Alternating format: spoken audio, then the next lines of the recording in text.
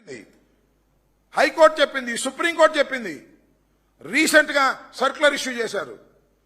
ఏ కేసైనా పెట్టండి, తప్పులేదు. 7 సంవత్సరాల లోపు శిక్ష పడేటటువంటి సెక్షన్లు ఉన్నటువంటి వ్యక్తిని మీరు అరెస్ట్ చేయడానికి లేదు. 41 నోటీస్ ఇవ్వాలని చెప్తే మీరు అరెస్ట్ చేస్తారా? తీసుకెళ్తారా? కొడతారా? కోర్టులో ప్రొడ్యూస్ చేస్తారా? ఇది చట్ట వ్యతిరేకం కాదా?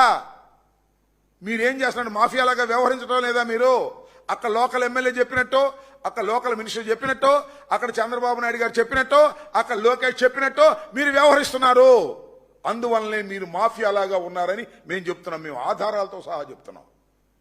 ఈవెన్ డీజీపీ మాకు ఇంటర్వ్యూ ఇవ్వడు,